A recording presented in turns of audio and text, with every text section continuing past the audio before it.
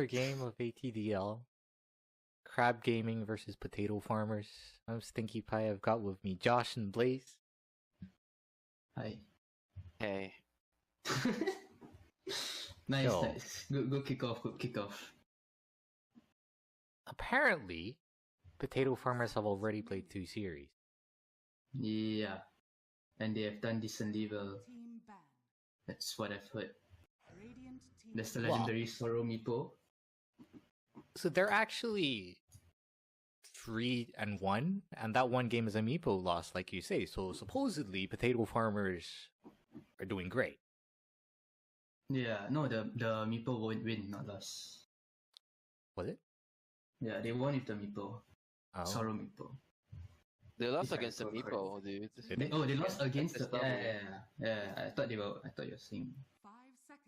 So, and then that's a new team, right? And you don't only play Meepo, you don't ban it, and you lose to Meepo. You can almost consider that a win. So, Potato Farmers, top of their group. I mean, yeah, they are a new team. But if you... Okay, Potato Farmers used to be from a team called Grief.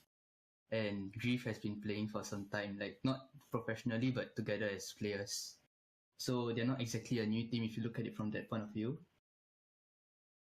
What do you think about the teams this time round in general? I mean, obviously the skill level has gone up from season 3, not throwing any flame or anything. Because you have a lot more divine players, Alpha and Alpha Plus has merged. It's generally harder, in a sense. The weaker teams who are on the borderline of Beta and Alpha now are struggling in Alpha. I'm not gonna call out teams, but there are certain teams that are just gonna lose to all the higher up teams. There are teams that will do fine, and then there are the teams that will just dominate. So it's not exactly a balanced thing. I mean, I guess you can call it different tiers, like tier 1, tier 2, tier 3. It's like VP secret. But Right. it's just a sad truth. Aside, but all teams aside, they... So, I mean, Tiny, if you looked at the meta hero for ATDL, you see all the hero win rates.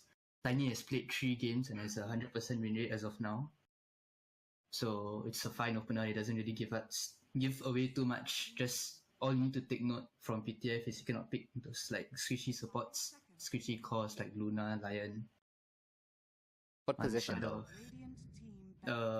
I mean, the Tiny can go anywhere, but he'll still serve the same purpose unless you throw him as a position 5. His job as a Tiny is just to burst down people. So you can't be picking like Lions, Lunas, because they're just gonna get bursted down before the start of the fight. They picked the hero who's the bane of our screams. Shh, don't reveal anything. So PTF, they picked Magnus Pango. I mean, it definitely gives Pango a lot more farm capability, so it's gonna be a greedy, I'm guessing, offlane, or else it's gonna be a mid Pango, which I'm not sure if Kemi plays, but I can see it working because Empower helps you farm so much faster.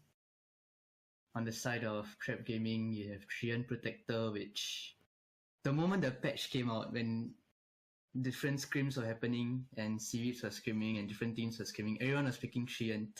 They had such a high win rate at the start, and then the next few days suddenly everyone was losing with Trian Protector and nobody picked him anymore. We didn't actually win with a... No, we won. We won the first game. No, not the Spectre. Oh, we didn't. The Spectre was the second game we played with Triant. There was one we snowballed with Triant in the first game. So it's a very up and down hero. You really need to know how to play around the Triant. It's good against the Pango, right? In a sense, yeah. In a but sense. your root only lasts for so long unless you have ulti. But then again, if you have a lane support as Trian against a Pango, the Pango can't exactly trade. Because, you're trading against a 90 damage Triant. And you pick Phantom Assassin into Tiny. Pick Heroes by Crab Gaming. No hesitation either. The Phantom Assassin. I don't like the Phantom Assassin. You need stats early. you don't have your double rift band, you don't go threats, I think you just die at every fight if once the tiny gets blink. Or if the tiny starts to snowball, your PA is gonna have a lot of trouble. But it is a cheese. They have mango PA. PA is gonna farm really fast. Tiny doesn't have armor, so if PA goes on Tiny, Tiny's gonna die relatively fast. But then again, I guess Underlord negates a bit of the PA damage. Surely you just pick up a Timbersaw right now. On the side of PTF? Either team, really. It seems 4, 5, 6 melee heroes in the game. I like Timber on the side of PTF for now because Crab Gaming has 3 strength heroes. Wait. I don't know, I'm suddenly having doubts whether Trian is a strength hero. I'm pretty sure Trian is a strength hero. Yes, Trian is a strength hero. So you have 3 strength heroes on Crab Gaming. So Timber is good, but then it shows that you're gonna throw a mid Pango. Potato Farmers could pick Lifestealer here. Banned. Should be good. Yeah, it's banned. First banned by them. I mean, I kind of like Timber. Timber against 3 strength heroes. That's one. Second thing is it's a tree and they're not gonna have trees. But they picked the Lich instead. But who can... I'm not sure what the Lich is gonna do against the Underlord. They're gonna have a weak lane, I think. Like if you send Underlord Tiny bottom against like a Trident... Oh wait, no, this Radiant. If you send Underlord Tiny top against like PA Magnus Lich, you aren't really gonna kill them with your Trident. Your Trident's just gonna come useless. Do you really want to pick Timber on the side of Potato Farmers though? I think it's fine. Can play mid Timber? Like, yeah, you can play mid Timber. Play Pango? Yeah, exactly. I think it's still a good pick for them. It is, but it depends on the user. Kemi Pango. I think if it's a Timber, Saurus most likely gonna play. Kemi's gonna play PA. Like, even though Kemi is normally the mid player, but Sorrow played Meepo mid. Isn't Meepo kind of bad against most of these heroes? Yes. No, I'm not saying Meepo in this draft. I'm saying, like, in terms of who normally plays mid or carry. Well, So Crab Gaming, they're taking their time as they promised. Oh, that's true. Secrets chat. You buy time for Gloomy. They go for more. Ooh. Morph against Pango. Yeah. Interesting. I mean, we have seen Morph win Pango, like not early game, but like late game. Stats wise, It is good. Yeah, but if the Pango player is good, Morph is gonna have a really hard time. Unless you're like our mid player who builds Ethereal Beta Morphling, not stats, you're gonna lose against the Pango. Are you referencing someone? 10 seconds remaining. Is a Treant not enough though? 5 seconds. I mean, I'm more scared of PTF for their Phantom Assassin because you have Tiny, you have Morphling. If the Morphling chooses to go E-Blade, you kill the Phantom Assassin straight away.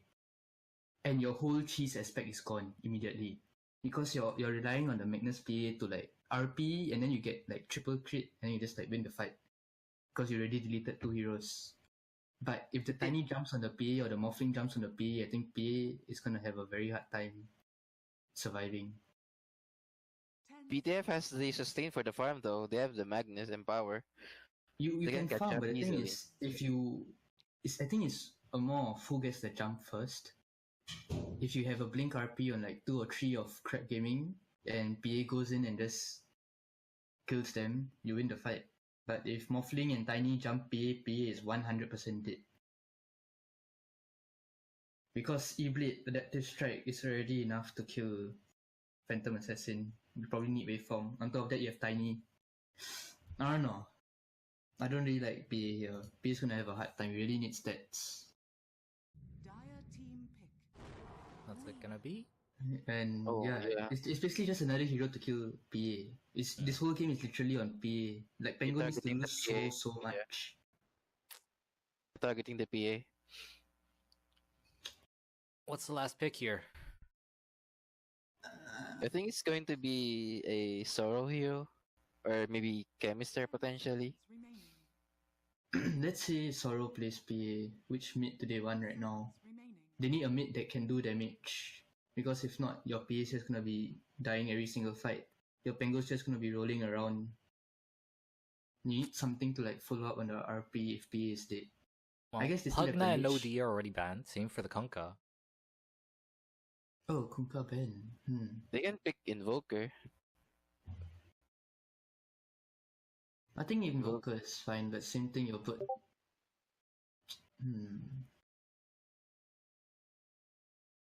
You definitely need a tanky mid.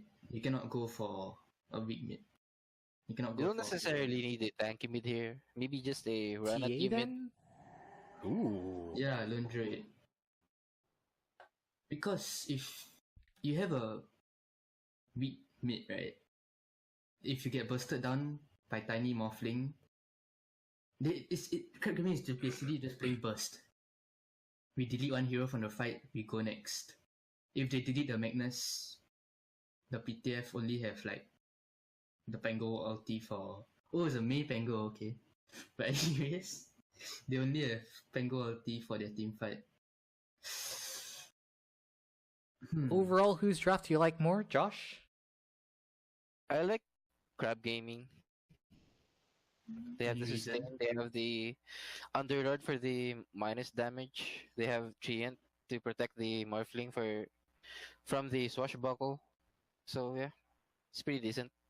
Yeah, Also I for like the Crab PA. Gaming for all the reasons that I mentioned. Alright.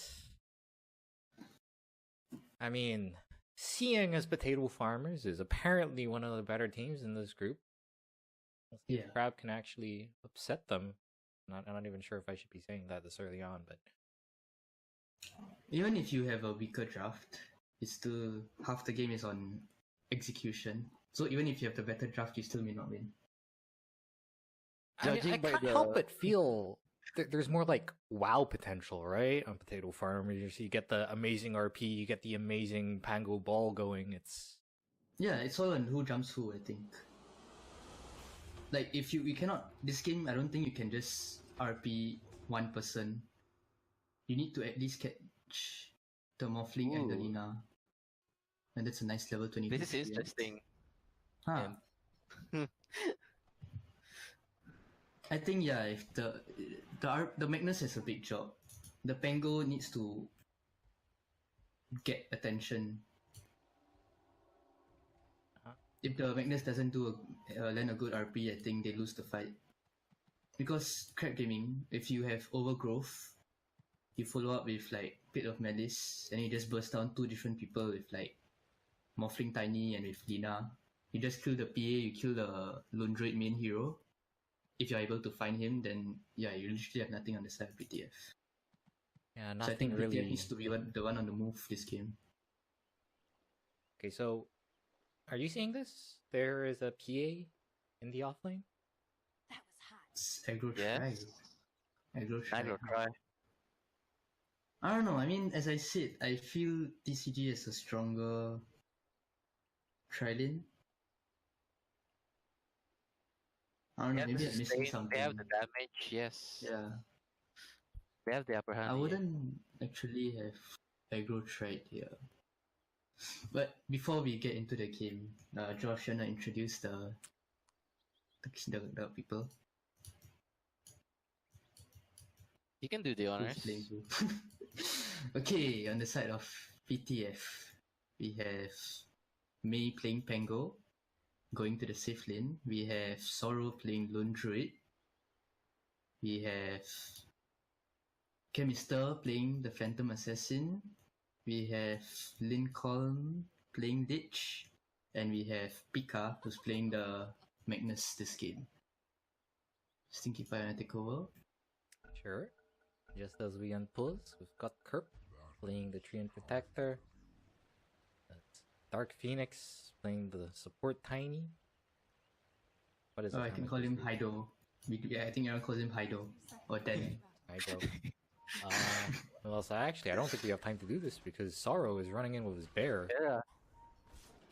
Zero actually, armor Tiny. He doesn't have the Orb of Venom. I feel like if he actually had the Orb of Venom, maybe there was some chase potential there, but bullying them around. I guess they just wanted the bounties. There's a Treant Protector though. Is he gonna try for it? He has to go now. The battle begins. Okay, he doesn't. Alright, he's not gonna try. 3 for 1 bounties. 3 bounties on herself. Potato farmers. So obviously TCG, they saw the aggro try and they're still choosing to stick with this. I mean, unless I'm missing something, they should have the stronger aggro try because Treant hits hard. Tiny, you have 0 armor, but I think once the supports are level 3, they can start making moves. That's a you look juicy at the 91 Magnus. base damage. Look Yeah, at wow. 91 Literally, base That's Itself literally almost. like 3 hits and he's already Yeah, exactly. 30% I don't gone. know how they're gonna fight this. Okay. That was a very interesting skewer. Now he doesn't have skewer to get out. Thankfully, he doesn't need to get out. Although now he gets tossed, so maybe he does have to go get out. Tiny. Oh no. It's a bad move to skewer in there. Yeah. I mean, I think he did it to break the trees. Is that... I mean, yeah, but once you show that you have skewer level 1 and it's off cooldown, you're kind of dead and useless. I mean, this whole situation is so precarious. Another toss back, it's on the curb. And half health gone. Free auto attack. Seems good. Oh, I just realized their irritating tactic. You toss back into Treant Root. Oh, this is juicy. And You're yet, gonna it's have a- PTF oh who my have God. chosen to go into this tri lane. They didn't expected this, I guess. I Oh, think they should have skewer seen it back into coming. the tower, though. Does actually take a couple of tower hits. That 0 armor hero.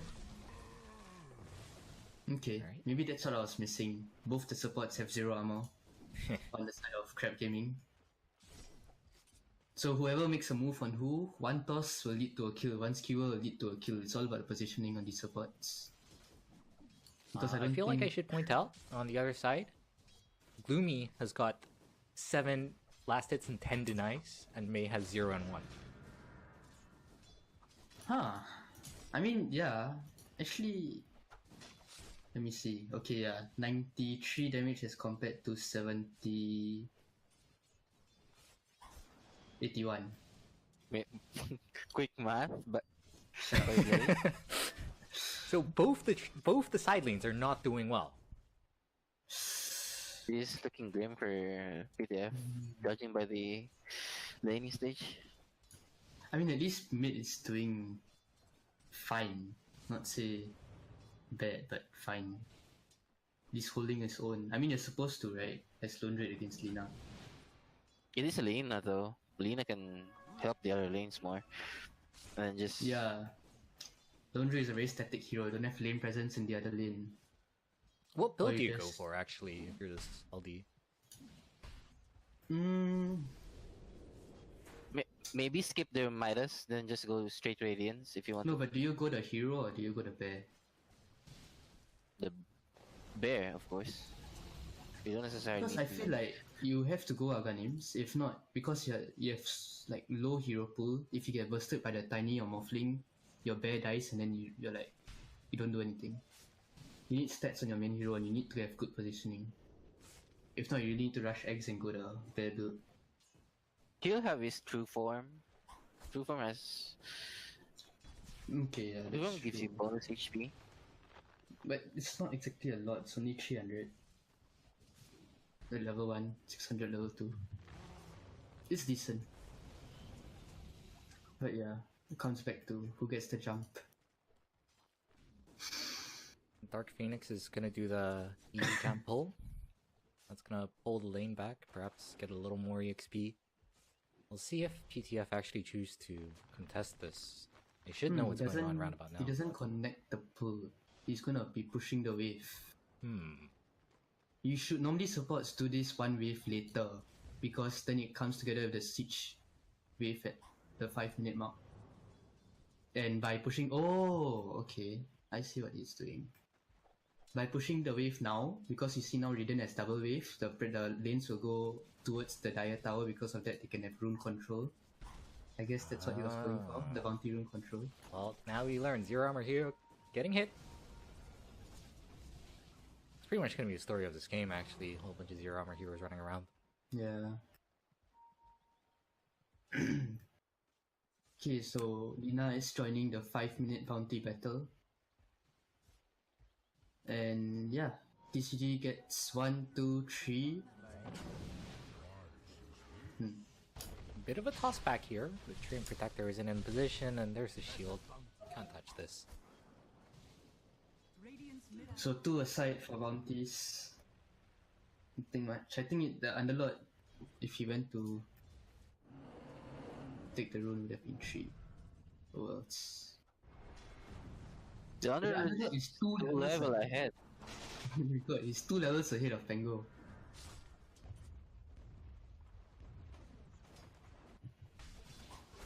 He is a threat.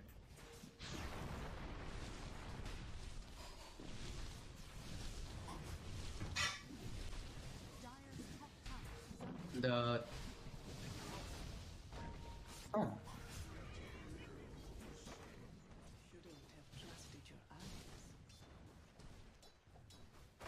So I don't once think they did the additional Bloodstone here for extra damage. Should help also the other heroes hitting. the Empower, you'll see is slowly starting to come into effect, because level 2, every bit of damage will help against the zero armor heroes.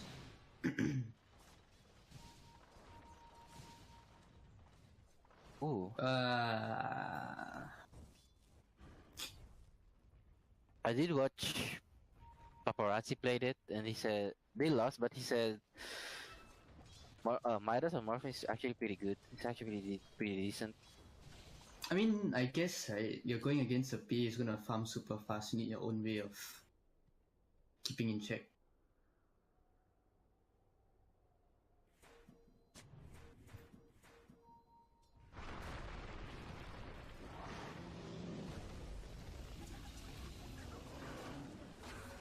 It's a very good timing on the field. Potato farmers have their own.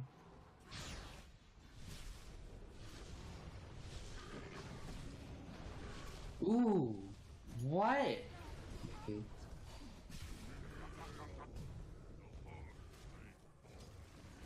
He's dead.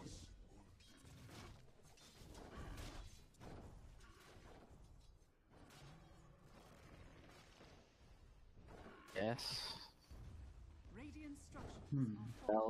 Now Lina is going to be a little bit gap in terms of levels here.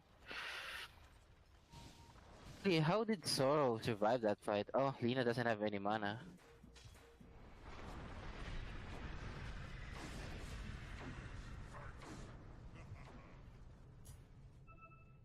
I don't think the Lina used the ulti on Sorrow.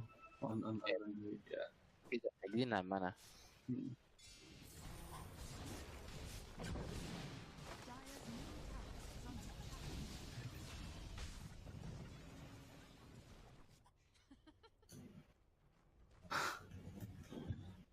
Nah, he's just a support trying to take XP in the mid lane, but got caught out in terms of positioning, therefore dies. I mean, you only have 720 HP, and Lina has like a 450 plus 310. That's like 780, 760, yes, 760 damage.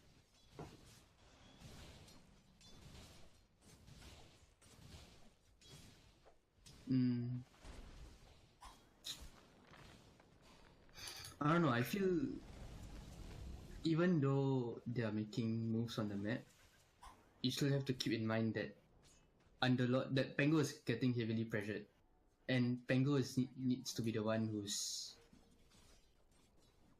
making moves. And I don't know, May doesn't really play Pango. Oh, bottom lane again. Lincoln getting gone on. But we'll actually go down. They have TP'd in both cores though. And well, that's the root, and that's going to be a dead tree and protector. So 1 for 1. The rotation from Sorrow going to be losing a little bit of farm there. This Lina just pushes in and then goes jungle or whatever. He walks past the regen rune. Give it to the bear? Oh.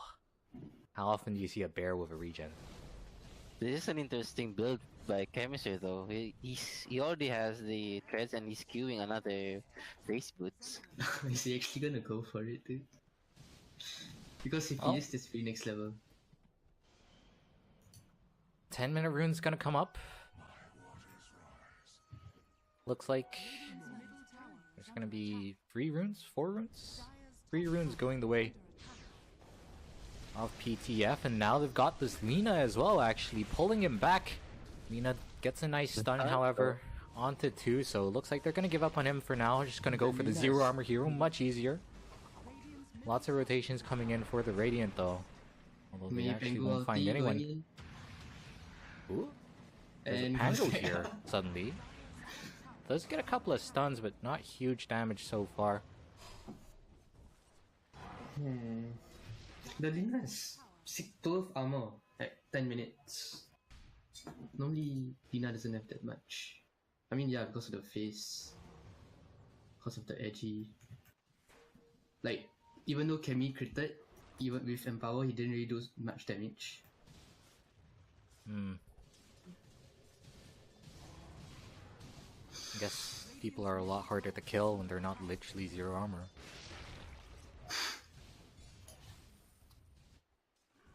Me needs to start playing catch up. I mean, he's actually third in net worth. He's a fair chunk behind the Morphling with that Hand of Midas, but he's actually not doing too bad. Third in net worth, as in the team. Yeah, no, third in net worth overall. At the top, it's Morphling. After him is the... Well, now PA just overtook the Underlord. Oh, you mean 6th in net worth. And surprisingly enough, Lina is actually behind the Lone Druid as well. Lone Druid. Yeah, she did die in mid lane. Lone Druid went around to start ganking. Tiny's almost the same net worth as the Pango though. Yeah, that's the thing. May really needs to play catch up. Ooh, the Fear out onto Kerp there. Somewhat tanky with that armor, but will end up going down. They try to get the trade there in the Lich, but not gonna happen.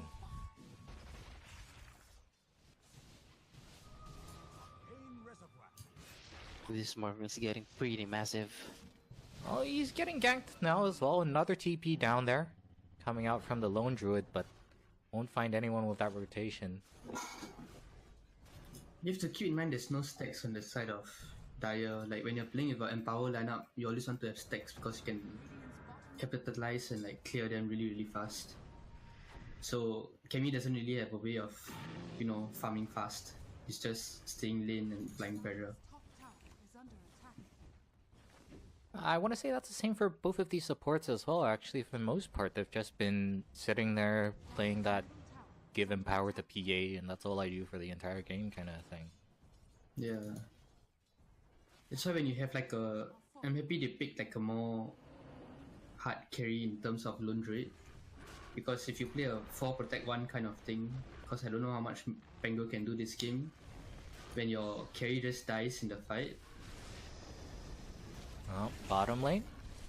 Tiny gonna get gone on under the tower. No TPs coming in. They've had a very long time. The bear does go down, but they don't actually get the gold for it, so they get absolutely nothing. They're just 2 poor supports getting run down. I think they just left the tower, like why are you trying to fight into their mid and their 2 supports. There's 2 supports. But yeah, if you play like a protect 1 kind of strat and your carry and your 1 just dies, you kind of just lose.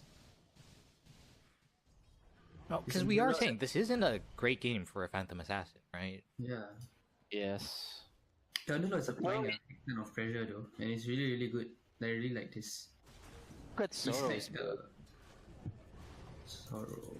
I like the 7.00 Lone Druid build. Yeah, the hero build. Yeah. Actually gonna get gone on here. Lina has TP. Then they drop everything on this Lone Druid, but he's still actually pretty tanky. tanky. And no one's quite dead 50%. yet. Although with the toss back, I'm pretty sure Magnus is now dead. But I mean, you just Laguna Lone Druid with Frost Shield. It's 50% damage reduction. Radiant's middle tower is under attack. I mean, wait, I guess that was very good isn't timing. that just? I swear that's just physical. From attacks, it's just attacks. I don't know. We can look that up later, perhaps. I'm gonna All check actually. What? It applies on all damage. Yeah, all damage. Oh, okay. Ah, I guess I'm still outdated with my cancerous ice armor. I mean, Huh? I guess you can say that was good thinking by Lincoln to throw the Yeah, Frost Shield on it the did work Lone Druid out. at the back lines. Me? Isn't it? I mean, still, this matchup is not gonna get any better. There's a Underlord with a Crimson Guard. How are you ever gonna touch this guy as a Pango? Well, maybe not the Pango, because there's actually 4 more heroes that are not Pangos coming in, but it's a PA Yeah. who does practically nothing. Look at this. Okay, now he crits. That's something, I suppose. But, I mean, in return, RP is onto 2, including the support there. But still, where is the damage? Right, finally, with a couple of Maelstrom procs, they are going to take down this Underlord, but they've already lost 2. They should be able to clean up Phoenix here. He gets the toss, but it doesn't matter. Dire's bottom The PA was like 400 HP. If the other 3 heroes there, I'm pretty sure they would have lost the fight. But Yeah. this is just a case of like overextending. You see Aaron's missing from the mat, you should just back off. Like you're applying pressure, it's good as Thunderlord, but it's like same thing as Timber. It's so easy to overextend on Timber because you hit this super strong power spike once you have level 4 reactive armor. You just take level 1, you can tank level 1 tower by yourself, the tier 1 tower. You go to tier 2, you think you're applying pressure, everyone comes to you. Once you start dying again and again and again, you just fall off really quick. So that's what TCG needs to keep in mind. I mean, for now, it seems like they're just farming. May's gonna take some damage bottom, actually. Gets jumped on by a Morphed Pango. He's taking a lot of... Actually, jeez, that was so close. That one attack followed him. And May is really not having a good time at all. Bottom lane, there's a couple of heroes running around. I don't There's think no they can tier 1 tower here, remember, but not sure this is the guy you want to go for. It's an Underlord. He still hasn't turned on his Crimson Guard. We'll finally get rooted, and of course we have a post. May quit. Rage quit. They don't want to go on this Underlord. Underlord Yeah, has been. they should see the Morphling coming back. Is there That could be RP? There's no RP, is there? Yeah, no RP for a good 40 Yeah, they're not seconds. killing him. He still has Crimson, he still has 16 armor, 50% magical resist. There is a Chain Frost, though. Lina is coming. Yeah, Lina's screaming. I don't think he can fight this. There's no bear for another 17 They al- seconds if this They fight also don't have they also don't have their chemister. They do have the chain Actually- frost. They do have the chain frost, but I don't think it's enough. Maybe they need to kill this creep wave first, then fight with chain frost. I think. Yeah. Next level play, bring the creeps back to Underlord so that you can ulti. That's like the time when season 3 AV while fighting Zed to hit creeps so that he got level 6 to get Sunder, then turn the fight. Some of those next level, immortal level plays. Looking at this net worth graph, look Yeah, at it's the 4K panel and the hit already. 3 gold in difference. I mean, as I said, this Tiny is gonna start. Once the Tiny starts snowballing, you have to watch out on your cores, especially Phantom Assassin. Because 1280 damage, Tiny easily can burst you for 800. PA is pretty 1,000. farmed, though. Top of net worth. Actually working towards a BKB now. Yeah, you have to go BKB. If you You don't have to go go BKB, you die. Maybe after he gets his BKB, they can go Roche. I don't think they have Vladimir's yet, but The Lundra is going after his Dragon Lance. They don't have Vladimirs. They need the Vladimirs here because they're focusing on their physical damage. Okay, game resuming. Here we go. Can they actually take down this? No, they're not even gonna try. Well, if the bear goes down, there's no more bear. Oh, The Peta. bear actually does go down. 10 seconds until next bear. Can we get a root, please? Yes, we can. Oh. Are they actually gonna ult? Now the use. use. I think this is a dead lone druid. And that is a dead lone druid. Now May comes in, but Hello, Pango. yeah, that was kinda underwhelming. Bit of an awkward butt run in the river. There's Nothing actually happened.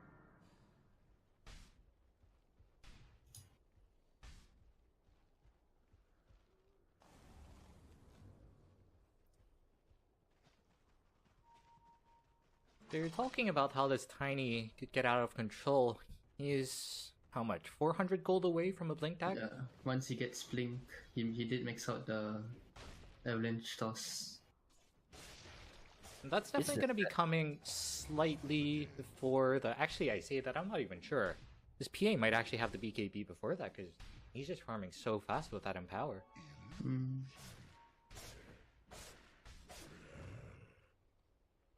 I think the Tiny will need +1 to kill the PA. I think the BKB won't exactly stop PA from dying.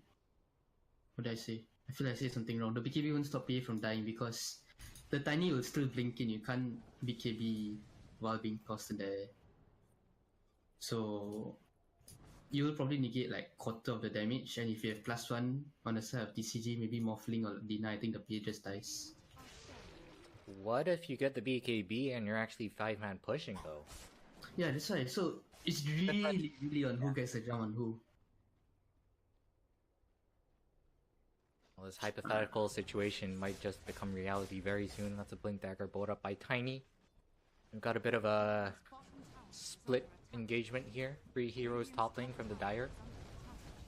Pushing the tier 1, which does have the Treant Shield on it, mind you. And similar thing bottom.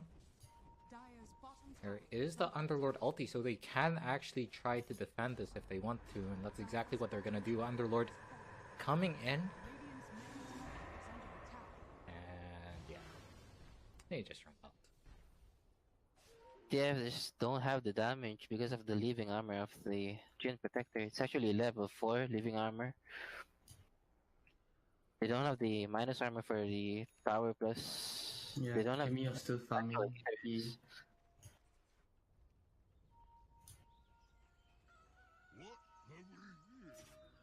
So PA does have BKB now. Is this the Let's see. fight? But After they they can do Lina down right now, they can maybe sneak Roche and maybe force a fight under the tower. It's still a massive Underlord. Underlord is going to. This is the Just thing by about being Underlord, right? It's like, yeah, you have a lot of farm on the hero, but what can the hero do? You just don't die, that's what you're doing. You don't exactly No, do you have the Atrophy Aura and the Crimson Guard against a yeah, team it's that like called damage. relies on right click. Okay, yeah, that's true. But it's not like, you know, a Timber Saw where you can burst people, or like a Faceless Void, or like while your offlane heroes for your Centaur, you have Blink and you can start killing people. Underlord is like, I'm just an aura carrier. I think Underlord is doing well, to be honest, this meta. He complements the run at you. Yeah, the aura strat on your offlane now. That's what like S4 has been doing also. I mean, it's kind of like a Tidehunter without the Ravage, right? Yeah. Yes.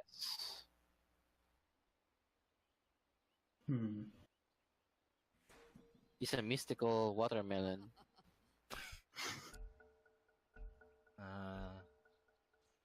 Looks like we're going, but our Underlord is still PC. That was hot. May with the BM pause. What is this?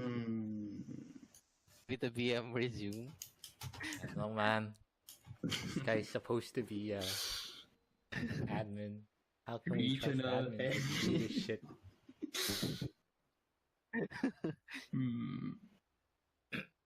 Yeah, I think they need to do something with this PA 10-second BKB, and maybe if they kill one or two heroes, they need to take this Roche 6k gold advantage by gaming. Oh, apparently there's 2 morph games going on. Oh, interesting. So it's like Meepo yesterday. There was 2 different Meepo games. Today have 2 different morph games. Speaking still of the this start, morph thing, Yeah. so he's got a Manta, first item, which is not something you see that often. Any thoughts? Manta. Manta is a standard when you're not building the shotgun build, but why would you buy Why Manta? Manta? Yeah. Normally you just go Yasha. It's the same thing as freaking Juggernaut, dude. Stop Yes. rushing Manta and Juggernaut. Period.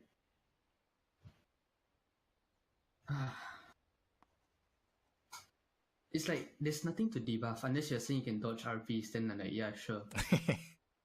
RTZ level, but I mean, the silence maybe from the Tangle. It's actually it's more of like what happens if you get silenced again. Because it is a Pango. I just don't If, feel if, like if, he's. if you're getting like Manta just for one like passive from the Pango, and it's not like the Pango is doing a lot as of now. Maybe later on, hopefully, but as of now, isn't really doing much. I would have preferred if he went like if he actually went the E-Blade Rush, because it gives you armor. It gives you armor is good because they have a lot of physical damage on the other side of PTF. It gives you the ability to start bursting down the PA. And I keep saying PA because you pick Magnus for this reason, the PA. The secondary reason is your lone druid to farm. So if the PA dies, then good luck winning the fight. That's the whole reason why PA rushes BKB and is going for like these small stat items. Magic, you complete the magic wand, you get double repen, you go threats instead of face.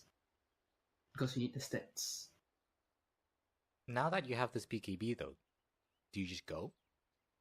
Yeah, you have to. If not, they you have just waste the 4,000 gold on like a defensive item and you don't do anything with it. You have to go, but the thing is, Magnus doesn't have blink. You have no initiation. That's the sucky part about playing like a position 4 Magnus if you play a sacrificial Magnus. I also think Kemster should buy the SNY Satanic combo rather than the Basher in this game. He needs the You have added to rely on status your you need to rely on your Magnus and your Pango for control. Esso is fine, it gives you damage, but it's all on the stats. If you don't get bursted down, once you have Morbid Mask, I think probably because he's relying on the Lone Druid to go for Vlads, that's why he doesn't want to go Satanic or Morbid Mask, I guess. Vlad's came out a little bit late though. Yeah, it's a bit late. I would have preferred if he went Maelstrom straight Vlads, then go back for the Dragon Lance. Be back in the game. Well, let's see. Now, TCG haven't shown that the Tiny has Blink unless the Tiny walks through the lane where you have a Dire Ward there. But PTF doesn't know Tiny has Blink. Let's see what the Tiny does with it. Does max out he should max out his Avalanche? Yes, okay. Alrighty. Same situation as last time, but this time around TCG definitely gonna get to the tower faster. In fact, they might be able to threaten high ground if Potatoes want to go for that. Oh god, are they actually gonna do this? Because there's always the Dark Rift, right? If you want to defend. It's on cooldown for 30 seconds. Oh, okay. I mean, they should have just gone high ground straight up. Like, you see the Lone Druid bottom, you know that his team is behind him. Should have just gone to pressure. Or, yeah, you can go tier 2, that works. So that they have lesser Roche potential. Oh, they are going for the greedy play here. They want to defend as well. Lone Druid TPs, I'm sorry, Underlord TPs in. Literally just him, but I guess he's actually fine. It's fine. It's 1 actually versus fine. 5 and they can't go in on him. It's freaking. That's the thing. It's like as Underlord, you don't have any offensive capability, even though you have so much farm. But you're just playing. You can't kill me. What are you gonna do? It's like a bristleback, in a sense. You don't really want to go. Bristleback can kill you though. Oh, bit of an interesting scenario here. Wow, that is a dead Lich, but also a dead Tiny actually, or not, because Kerp can go for the save now. He's dead instead. That was a BKB pop, by the way. The 10-second BKB of this PA does want to find, of course, this Tiny, but he just blinks and TPs out of there. So, 10-second BKB. Fight's not over yet, though. Here comes Mr. You Can't Kill Me. I really like this reinitiation. You wait for the BKB to go down. Yeah. No, And then you go. came in this BKB. No. Yeah, Missed rest it. in peace, buddy. So that's the thing about having this burstable cores. If that Lich was PA with the Treant, I think he might have died. Maybe not. I mean, still, it's definitely not a good scenario, right? Yeah, You you trade use a a couple of 10-second kills, but actually BKB. 10-second BKB. Oh, look at this. They're actually going for Rogue. Ooh, Radiant goes for Rosh. They have no minus armor. It's gonna be a bit slow.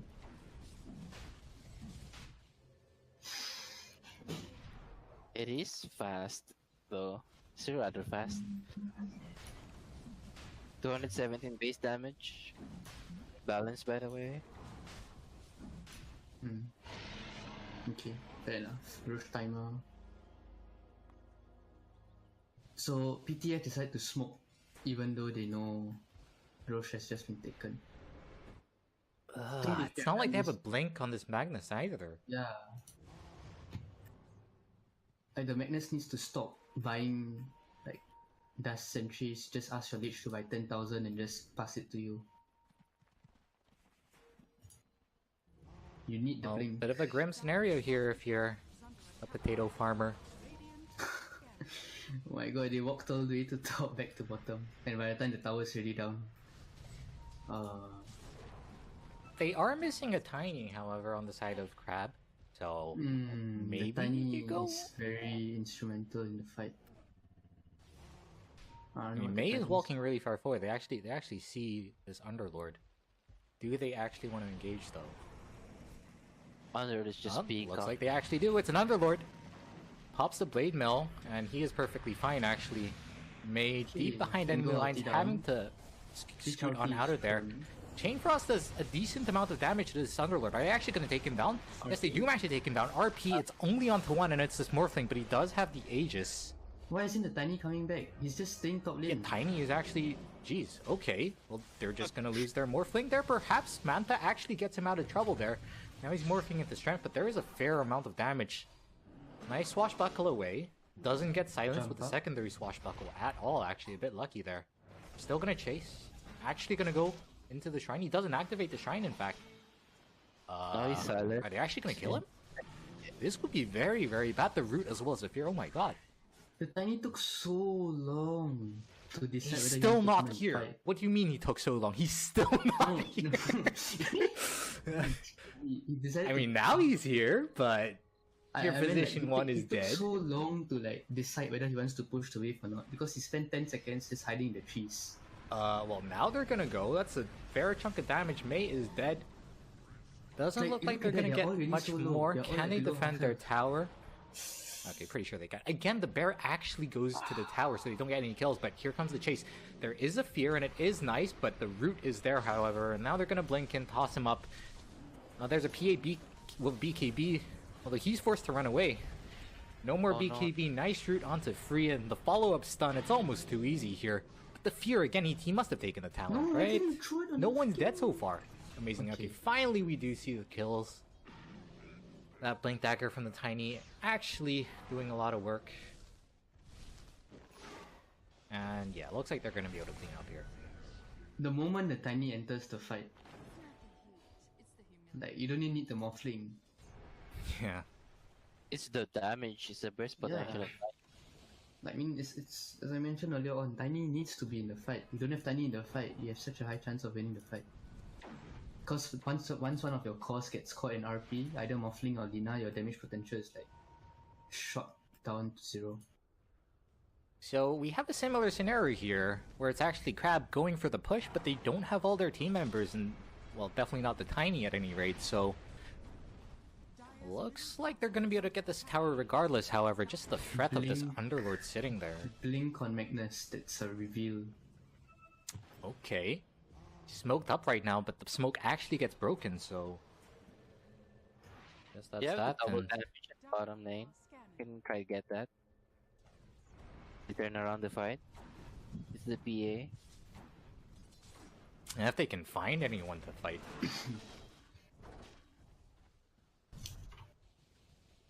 They just don't have the offensive wards in the side of potato farmers. Although, you say that, it's not like there's much offensive vision going the other way either. Yeah, they're. The Crab Like, Gaming these are- should make use of their advantage more. They're playing passively. It's more of a power spike.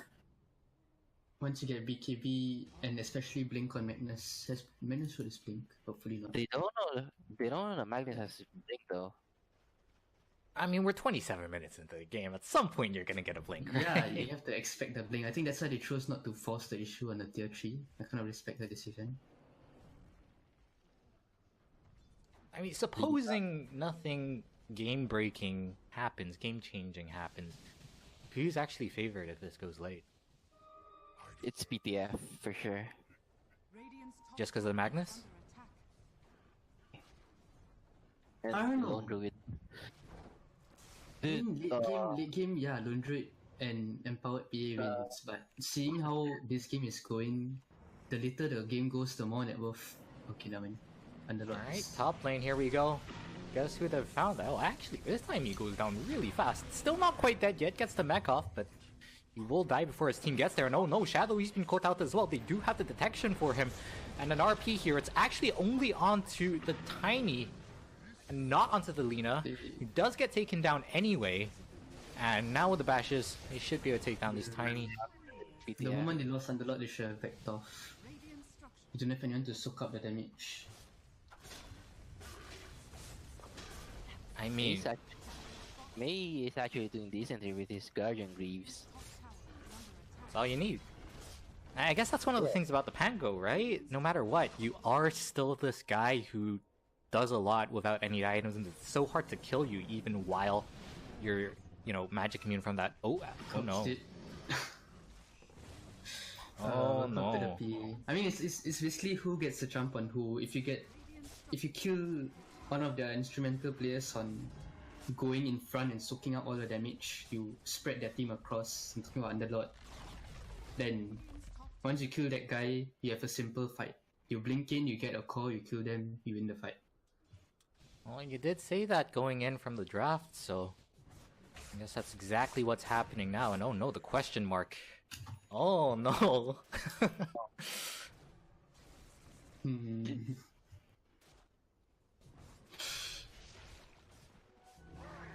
Well, This is there was a bit of a lead. Almost hitting 10k. It was around about Yeah. 8, 9k there, but pretty much back to dead even.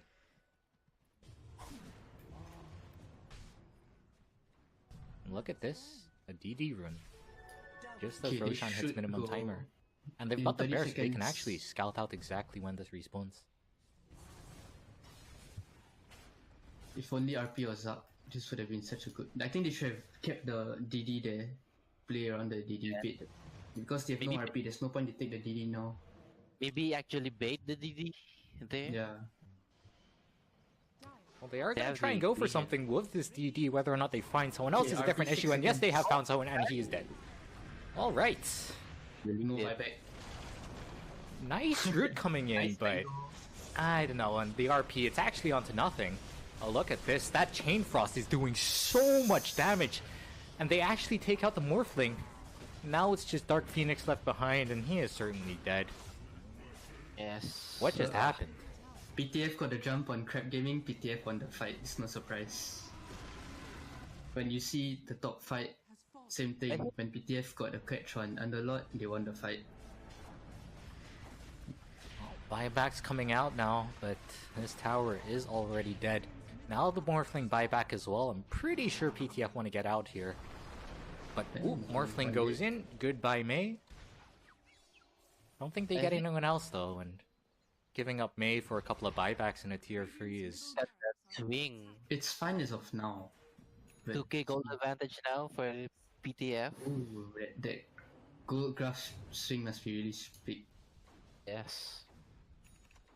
From 8k to 2k, that's 10k swing. So what do you do now if you're Crab? You've just pulled back. You have to get the jump. You have to go and find the PA, you kill the PA. You see PA top now, you go. That's exactly what they're gonna do. They're actually gonna go smoke.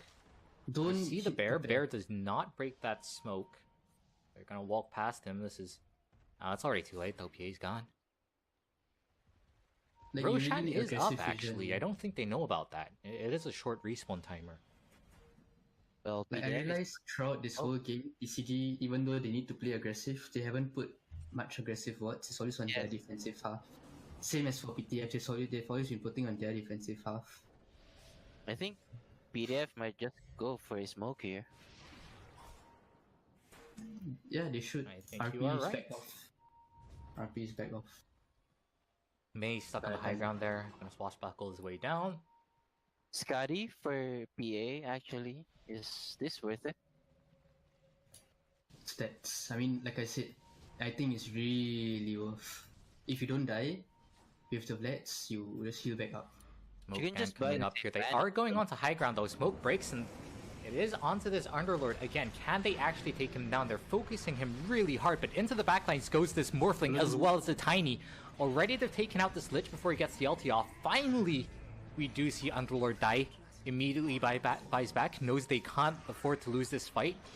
RP is good. It's actually onto this Lina, which means that PA can take out this Treant Protector. But now PA, no BKB, taking a lot of damage. Will finally go down there, Morphling able to clean up, and it's a lot of people dying, a couple of buybacks coming in, but overall, TCG do come out slightly ahead. That's why I said it's better to buy the status resistance on this PA rather than this Scotty. I mean, it's either Satanic or Skadi at this point. I mean, Also, on the other hand, though, if you're TCG, you have to win this fight, right? Like, you lose your Morphling, that's GG. yeah. Yes. Morphling actually doesn't have buyback for 5 more minutes. Another thing, oh my god, I was thinking of something just now. Oh yeah, another thing I mentioned is you cannot solo RP one core. Because you need to catch either the Tiny or the Morphling or the Lina. You have to catch two of them. If you just catch one, the other two are gonna kill everyone else. And that's what happened just now. He RP'd the Lina and the Morphling and Tiny just, went ham. I think it's a matter of bad choice in terms of who's their target. They targeted the Underlord. I mean, they didn't burst him down fast enough. Yes. That's If their you want problem. to Do you feel like they should have just backed off then when they solos the Underlord and the Smoke Broke? I I think they should have stopped, continue to go on the Underlord. Because, yes. yeah, they continued trying to kill the Underlord even though their whole team was starting to be split apart. And as I said, Underlord, your job is just to go in, you scatter the enemy lines, and then from there you have 3 pick-off heroes. You just pick the other 3 heroes one by one. Lina will kill one, Morphling will kill one, Tiny will kill one. Well, he's died quite a few times now, actually, but I feel like he's doing his job perfectly, actually. Bit of an awkward fight here. Mei somewhat out of position, does have the swashbuckle. Will he get bursted down? Just about survives there. And actually, the re-engagement there, the fear. Morphling just able to get the morph off, so he will not get taken down for now. Would hate to lose that Aegis. Again, Underlord in the front, but he's so damn tanky. RP is on the back. It's actually onto Lina as well as the Morphling, but where's the damage? There's just no damage. I mean, PA goes in yet again, but he doesn't have the BKB anymore. Can they at least take the Underlord? Yes, they can. So with this, they have defended for now. Fight's not quite over yet, though. They're still going to bash. Oh my god, the crits as well. I mean, Dark Phoenix, now he comes in. They cannot let this Morphling die, remember. Oh, Chemister kept alive there by that shield of the Lich and barely able to walk out. The Tiny keeps taking too long to come into the fight. If the Tiny is there at the start of the fight, they go... I don't know, he's just taking too long to make his decision. He needs to find a good angle before jumping in. But he's taking too long. Like, by the time the whole fight is over, then he goes on to, like, the Pango. After, like, he uses everything already. You need to kill the hero before they use their spells. There's no point of, like, let's say Pango, I use everything already and then I die. It's like, he's fine with it. As compared to if you kill the Magnus before RP, then it's Did they like, not have it's any game-changing. wards? So they I don't. see that there's no ward right now, but actually I guess that didn't get rewarded. They just didn't have any vision for that fight. Yeah, I mean, as a support, you technique most of the time like to put a ward, which I'm still guilty of not doing, but you still like to put a ward when the fight starts, or at least have some vision around the fight. Like, Really? what's there for you to play around the ward? There's no point of putting a ward and like just to give vision, but it's pointless vision. And as of now, TCG aren't playing around their wards, except for that one Roche ward that they have. Which just There gives is them- one in lane, top lane, which got placed down recently, but that's not doing them any good right now. No, top lane No. is Dias. Oh right, that's right, my bad. Yeah. Well, speaking of no vision, here comes a smoke from PTF. It's a nice segue. RP off cooldown. They see the Tiny. Do they go for the Tiny? They actually go for the Train Protector. It's Train Protector who finds That's a them. very Tries to good disengage, combo. but now they have no more Treant ulti. And, well, no Treant ulti means dead Treant. Lich does get taken off in the back by this Lina. It's a 1-for-1. Two supports going down, and again, no vision, so it's kind of hard for PTF to go. Oh, have they caught May, however? Toss back into the root so we can't swashbuckle out. And yeah, that is a dead May. Interestingly enough, does get kept alive for a bit by that shotgun, but he's dead now.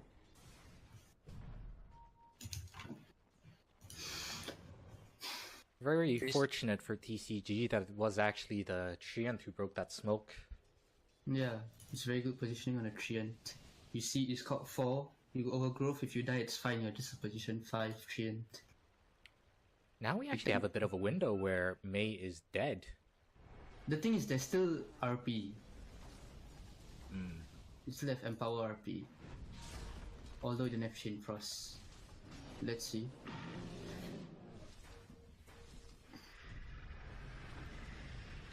Underlord in the front. His tower is very low. A couple more right clicks and he will take it. So Lone RP Bear opportunity. taken down by the shotgun. RP, it's No. only onto the Lina. Where's the follow-up damage? That's the damage. That is a dead Lina. I mean, now PA goes in, but that's also the BKB off. Not that it matters. Morphling actually wasn't in that fight. Now Morphling's all alone, getting bashed up, not morphing into strength. Finally will start the strength morph, but he dies anyway. That is bad. He has no buyback. There's no Is it buyback. just me or the Tiny isn't participating in anything? Honestly. Like, it's like the Tiny's like, oh, the moment the RP comes, oh no, I'm gonna lose the fight, let me get out. So we have our own pet peeve this game. I just don't like this chemistry build. I mean, you say you don't like it, but it's working. The guy is 17-2. It is working, but it's because of his teammates. It's because of the Magnus. Lone Druid with that level 25 talent, Magic Immune Bear, and Human going for your Rex. It is going down very slowly, actually. You're not quite committing too hard for this. Although finally, with that Empower TA, they are getting down onto it. Magnus Shadowbladed up, trying to find the right skewer. Doesn't have the RP anymore. They need to push. There's no morphling. Focus on the flowers. I mean, they still have the glyph as well as that living armor to deal with. Morphling, 40 more seconds. I believe they should be able to clean up this laner Rax. I think they can still go. You They think? can. Like, there's no Morphling. Okay, well, They they're have- gonna go now, skewer back, but it is the Underlord, and he has got a Force Staff as well as a Blade Mail to help him out, but May gets a nice roll here. Underlord trying to get the LT off, but Whoa, gets that's a actually good thrown in. toss. He will die, and now the stun's coming out from this PA. The bashes onto Lina. Can't even get the Yule Scepter off. I'm pretty sure that's Yeah, GG. buyback. I'm It's pretty GG. sure that's GG. Alright. Yo, Yeah. I don't think Morphling and Underlord can defend this. yeah, they can't. At the very least, it's Megas, right? Yeah. I mean, PTF has the. I don't think they should go back here. They have the upper hand here in terms of skills. Now they have an RP'd Morphling as well. A lot of damage onto him, and Hello? he does not get it. Oh my god. Oh, that's GG. This PA, although his build may be bad, he is... That is GG. And yeah, might as I mean, well it's again- kill the Underlord. TCG didn't do enough. Like, they didn't catch out. They didn't play aggressive. Their smoke gangs were failing because they didn't have enough aggressive vision. There's numerous factors why what they could have done better. I mean, I think you can have summed that up better. It definitely felt like TCG was in control for most of it, but a couple of bad fights, like you say, due to a whole bunch of reasons, and potato farmers, they just take that hands down. How long is the break for the next game? 5 minutes, right? Yeah, it shouldn't be too long. Once we get Well, into the lobby, I'm probably gonna go grab some food real quick, but Oh yeah, our game is starting soon. Oh shit, I don't think I can do game 2. I mean, Yeah. game 2. Took a lot longer than expected. You can actually still cast We this can, game. yeah, we can cast, but then we have to leave halfway. yeah, I mean, I was planning on doing both games actually, but this game has been taking quite a while. I think thanks to all the pauses. Yeah, that's actually the problem here. It's the pause. Game time is only 42 minutes, but I think the pause took 10 minutes at least. Yep. more than that.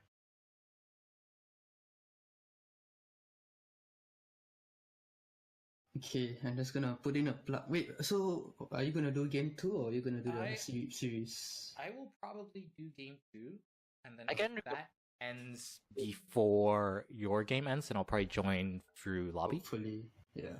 You Or no, want to go not through capture? lobby. Like spectate from in-game with no delay. Mm. Or with the I can delay? invite- Whatever. I can invite Not Platypus. sure. Okay, I mean, I so should be go. able to find it in the watch tab. Anyway, I'm gonna go grab some food. We will be right back. Yeah. You guys I can mean- keep talking if you want. Oh, is it still on? No. Oh, anyways.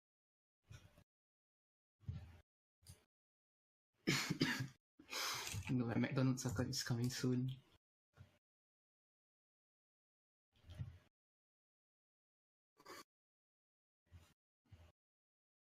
I mean, I guess we can continue casting if it's a sub 25-minute game. No, we don't need to. Okay, fine. I can invite Platypus to go cast with them. No, it's fine. I'll just. Yeah.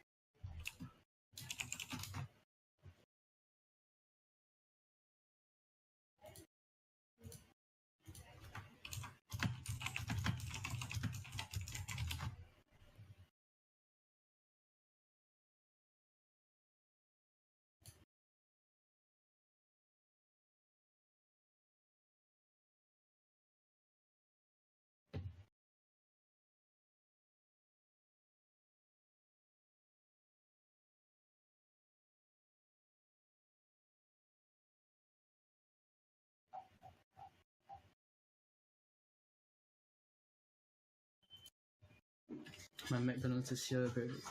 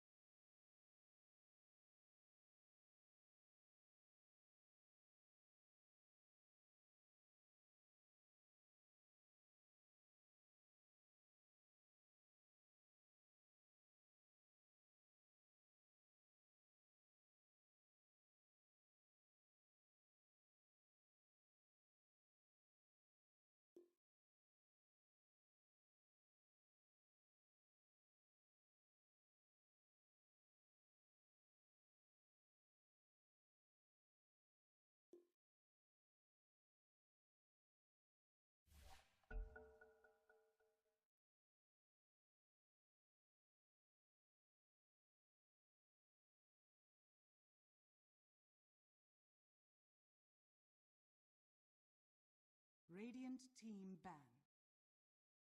Dire team ban. Radiant team ban.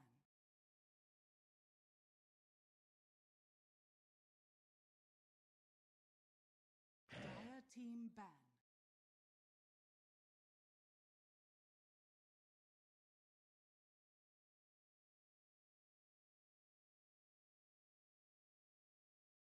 Radiant team ban.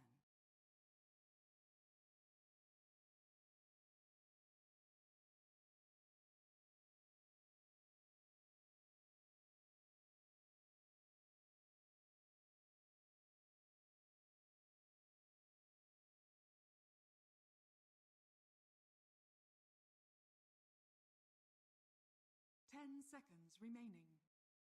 Dire team ban.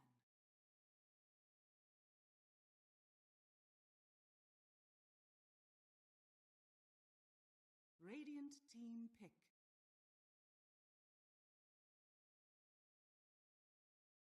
Dire team pick. Night Stalker.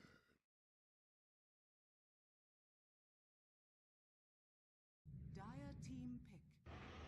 Winter Wyvern. Radiant team pick.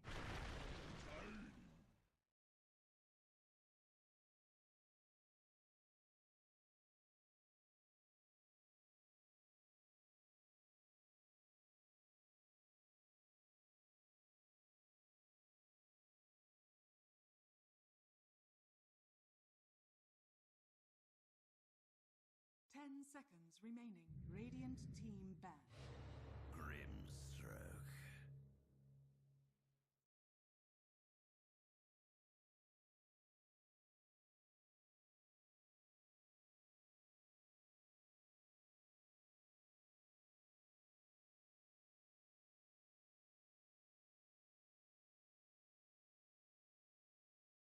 Ten seconds remaining. Dire team ban. Radiant team ban.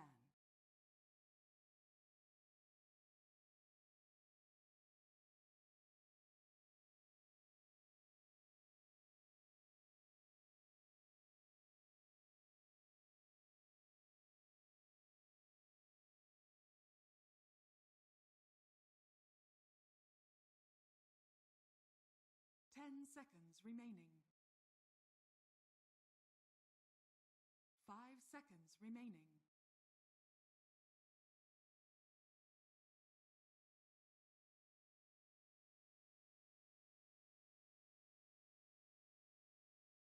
Dire team ban.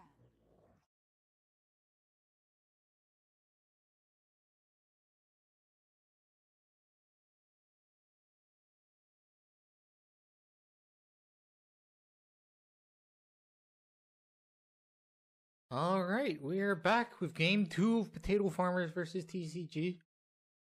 Potato Farmers, of course, took game 1, as you can see, and actually that makes them 5-1 so far, dropping only 1 game to a Meepo.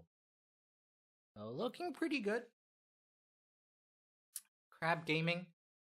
This is their first series, and I guess losing your first game is never great. We do have a bit of a different draft coming out this time. A bunch of the heroes that were played in game 1 are banned out right now. We do see the Tiny again in the first phase. Incidentally, Blaze and Josh have left to play their own game, which is supposed to be starting in about 20 minutes. And perhaps we'll be able to catch that if this one ends kind of fast, which I am not exactly counting on right now. But we do see the Tiny yet again for Crab. We have picked up the Winter Wyvern too. Last time the Tiny was played as support, but might not be the case this time round. Coming out from Potato Farmers, however, we got the Night Stalker, which is apparently a May hero. But now there's also the Grimstroke and now a Pudge. And I am not too sure how exactly this Pudge is going to be played, but if that is the double support duo of Grimstroke and Pudge, that is some very aggressive potential coming out. Both these heroes really more of a position 4 kind of thing, but at the same time kind of weaker in lane. Not as strong as something like a Winter Wyvern with that constant harass. We'll see if they can make it work. This aggressiveness, of course, does pair very well with the Night Stalker, very notorious for running around, killing people at night. Though I do distinctly remember a game where May wasn't exactly able to do that all too much. Crab pick up the Brewmaster, but the Insta Invoker pick here for Potato Farmers. Invoker, generally speaking, does quite well against the Winter Wyvern, I want to say. Your positioning is not normally as grouped together as having a whole bunch of melees. Not to mention, stuff like Sunstrike and Meatball really does not mind going on a target that Winter Wyvern is healing with that Cold Embrace, and not bad against the Brewmaster either. while he's not split. And Brewmaster, while he's split, is perhaps a different story. I do like this Brewmaster pick, however. Pretty good against the heroes like the Grimstroke, like the Pudge, and the Nightstalker even. Just throw them up in the air with a Storm Panda. Not to mention that the spell can be pretty useful against the Grimstroke Inkswell. I do like that Brewmaster pickup. Does give them a lot of fighting potential there between the Winter Wyvern, the Tiny, the Brewmaster. Lots of ways to start fights, but that can definitely be said of the Potato Farmers lineup as well.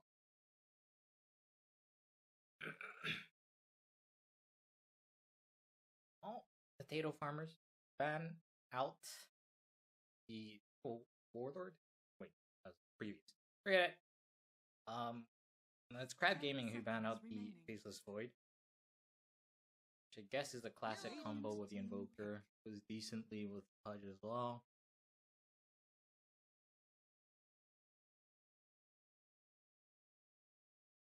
Potato Farmers actually take out the Timbersaw themselves, I suppose. 2 strength heroes on their team. I don't really want to play against that, but Crab Gaming as well. 2 strength heroes for them. 10 seconds remaining. See what they choose to go for. 5 A lot of seconds the remaining. more popular carries have been taken out.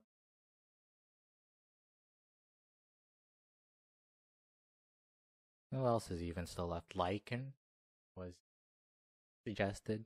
Could be okay, I guess, but does suffer from some of the same issues that the rest of these team suffers from. The spell is actually one of the best ways to deal with a lot of the Lycan summons. The Winter Wyvern can hold them in place, although at the same time, outside of the Winter Wyvern, I don't think you're too worried about the Brewmaster or the Tiny there if you're a Lycan. You won't get bursted down, and the slows really mean nothing to you.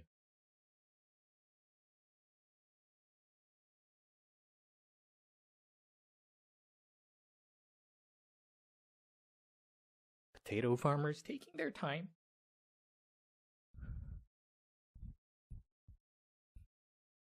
As they're saying, there's really not that many top tier cores left. Feel like they do want someone who can actually, how do I put it, stand on their own in a fight. Someone who doesn't need supports constantly peeling for them, because they do feel like this Pudge and the Grimstroke perhaps do want to get a little more aggressive. And there you go. That's an Ursa. Definitely does not mind getting gone on himself, but I'm just not too sure that's the absolute best hero here, and not because it's bad, but it's more like any of the better choices kind of have been taken out of the pool already. You have Ursa, literally all physical damage, which interacts interestingly against the Winter Wyvern. Because on one hand, you can block physical damage 100%, but at the same time, the Ursa can still build Fury Swipe stacks, so that kind of works both ways. The Brewmaster generally is pretty good against the Ursa, though, because again, that Dispel, you can purge off the what's the ability called? Overpower? Yeah, you can Dispel Overpower. And I guess the one thing that it really does have going for them is that Ursa has a good matchup against Juggernaut. That's both in lane, as well as later on when you have the Enrage for the Omni Slash. I can see why they picked it. But yeah, really not great against the Brewmaster, and that's the one thing that really does worry me. Be it the Dispel, be it the Cyclone. Very annoying to deal with. Crap, couple seconds left. And it is going to be the Venomancer, actually. So I wonder how they are going to lane this. Looks like it is going to be Gloomy on the Brewmaster, which apparently does mean offlane. As Pika here showing off his Arcana.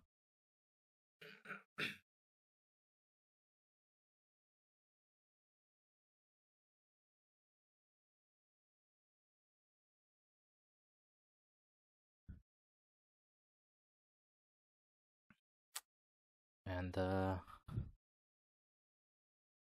let's get right to it, I suppose. Draft-wise, I'm actually gonna have to favor Crab Gaming here, and it's mostly just due to the amount of control that they have. I feel like it's gonna be hard for this Night Stalker, for this Ursa, for this Pudge, very run-at-you heroes to actually get the right engagement. You've got so many ways to keep people at bay. It's so hard to go onto a Juggernaut anyway. And now this Venomancer in the mix, gonna be giving vision, having lots of slows, disabling blinks.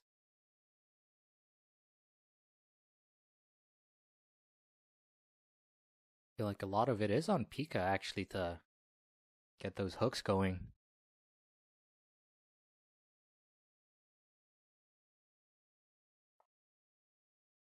Bit of an extended strategy time here, apparently.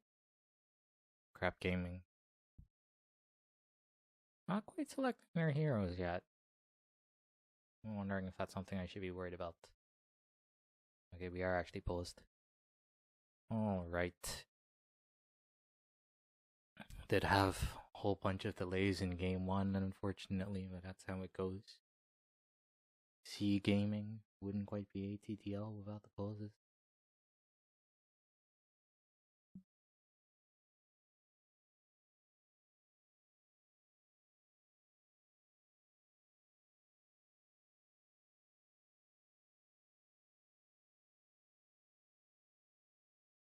Suggested be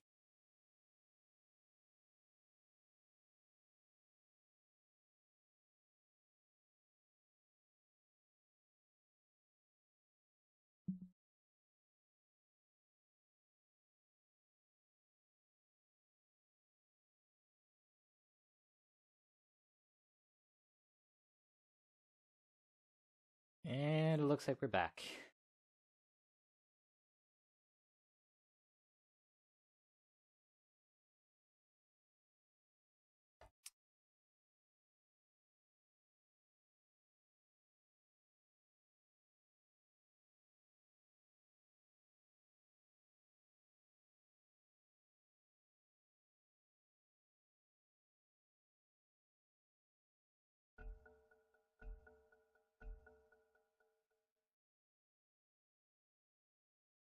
Alright, so I guess it is gonna be the mid Venomancer.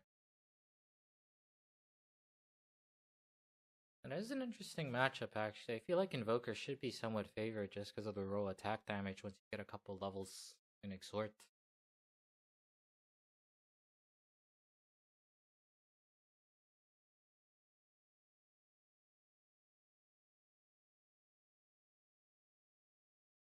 Have to keep in mind, of course, there is a whole bunch of rotate potential from both teams.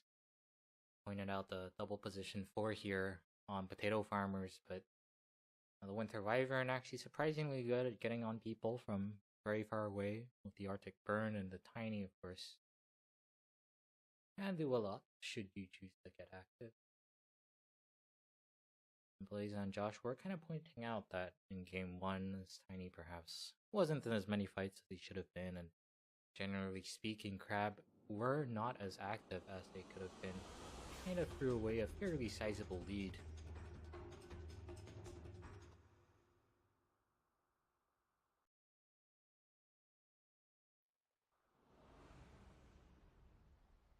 Alright, here we go, and of course we're paused. That is how it goes.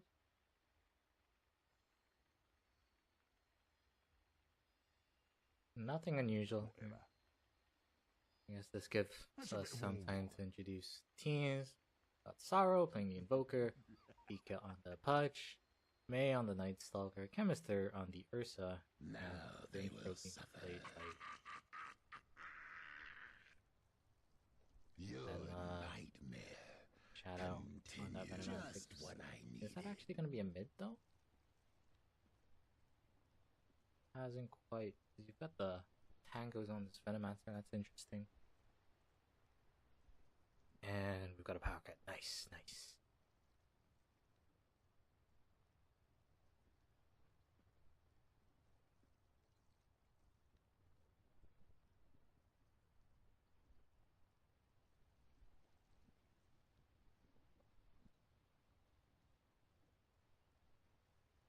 I am interested to see how they choose to lane this, because you definitely want the Ursa matchup against the Juggernaut. That's half the point of picking the hero, I feel. But you are not gonna have a good time Better than a nice raw against, liver. I mean, either the Venomancer or the Brewmaster.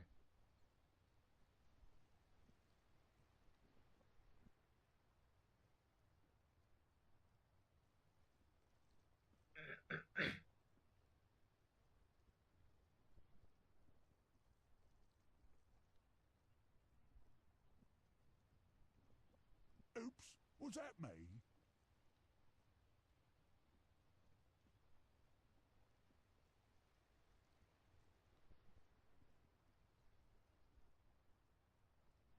Trust me, I'm not enjoying these poses any more than you are.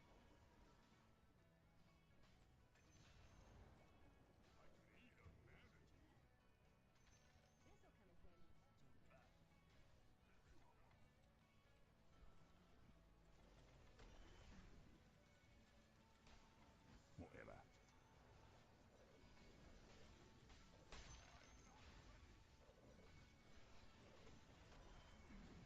Now they will suffer.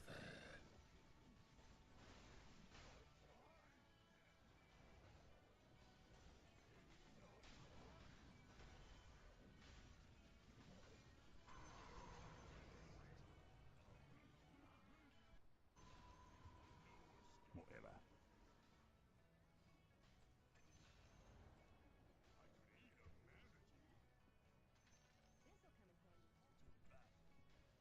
I feel like I am at this point obligated to point out that there is another game going on from ATDL. It's ATDL_2, I believe.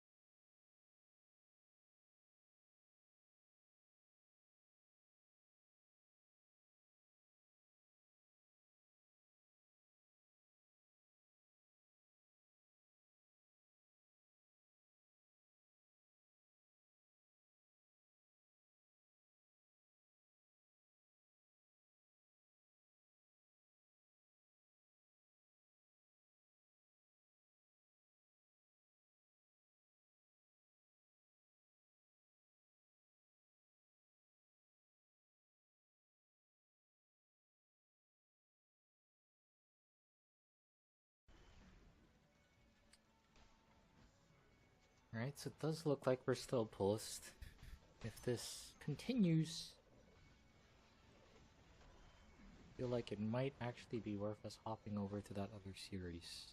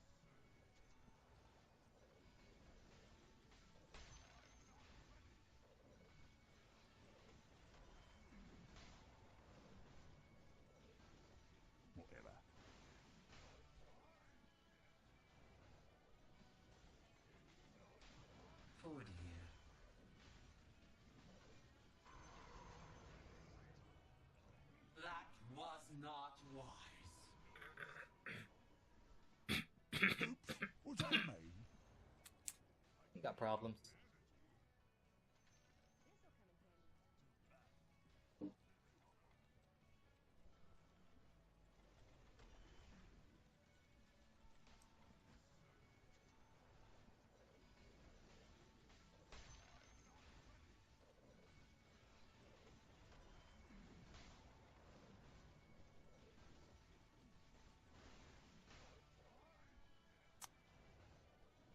Okay, looks like this game is gonna get started. I was contemplating whether or not it'd be worth hopping over to the other series, which is about to start in 5 minutes, but seeing as our friend is supposedly going to be back soon, let's just stick with this one.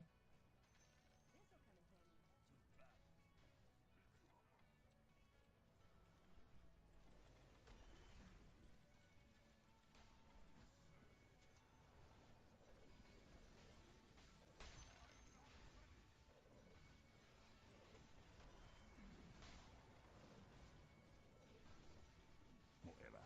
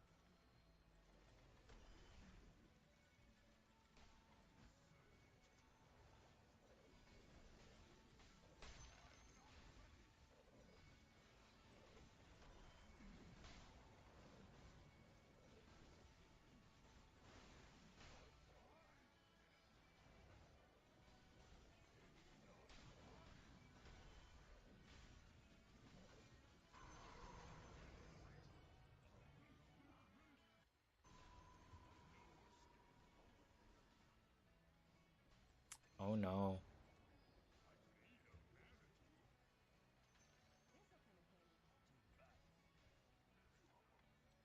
If he is not here by past, I will actually swap. Alright, he's here.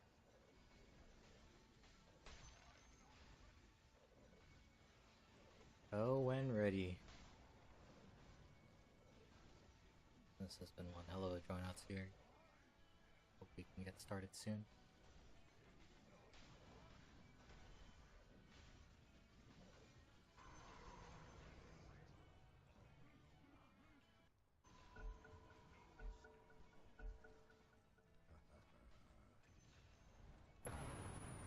Alright, looks like they are finally gonna start. Tiny starting with boots, nothing to see here.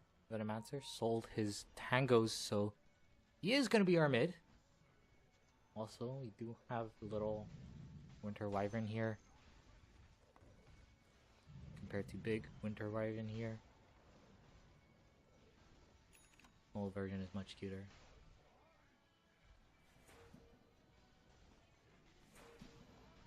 Oh, look. Not quite a Winter Wyvern. Something virtually close. What else have we got? The classic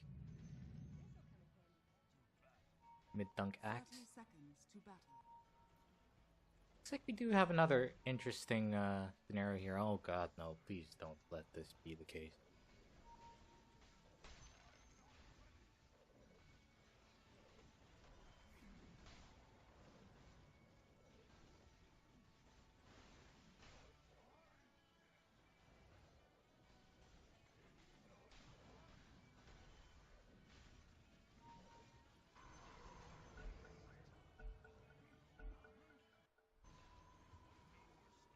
That is not a threat, by the way. That is a declaration of intent.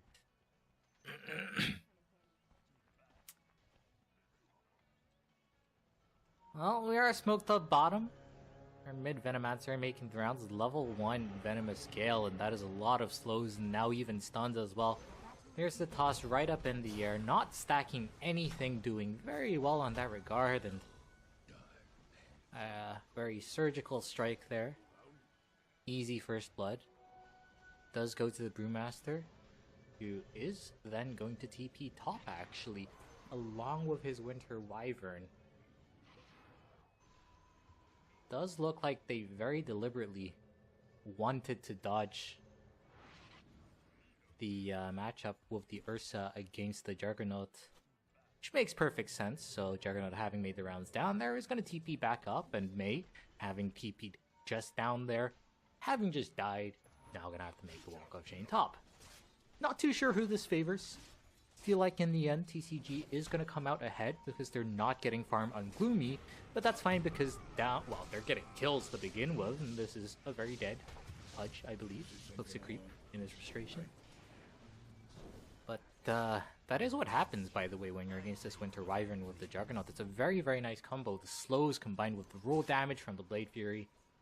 And bottom lane is one-on-one. Dark Phoenix, not going to mind at all. It's great to get levels. It's great to get farm on your Tiny, even if he is a position 4. Grimstroke. Gonna make the rotation bottom. Honestly, I feel like Chemister would have been fine against the solo Tiny anyway. But this is how they've chosen to divide their resources. It's gonna be a dual lane top against the tri-lane here. Mei trying to get last. It's using that Void. Will not get anything.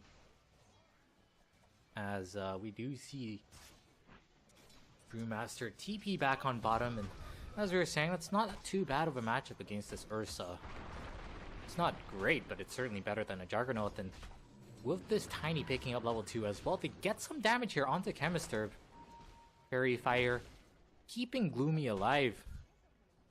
And perhaps with this, we gotta turn things around. Gloomy started with plenty of regen, so he's not gonna mind too much.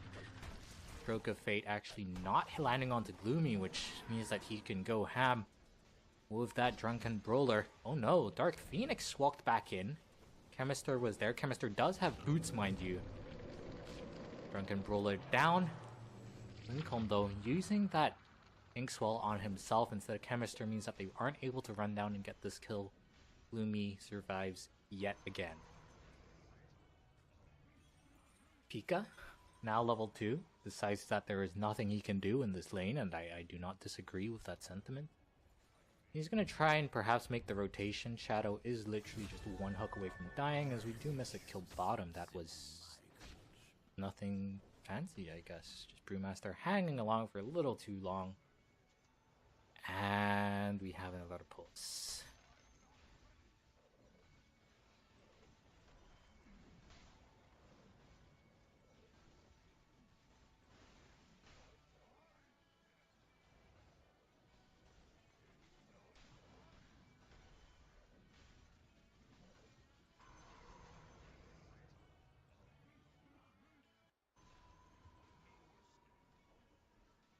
Alright, that was not a threat, that is an ultimatum, and we are gonna go hop right into the other game right now.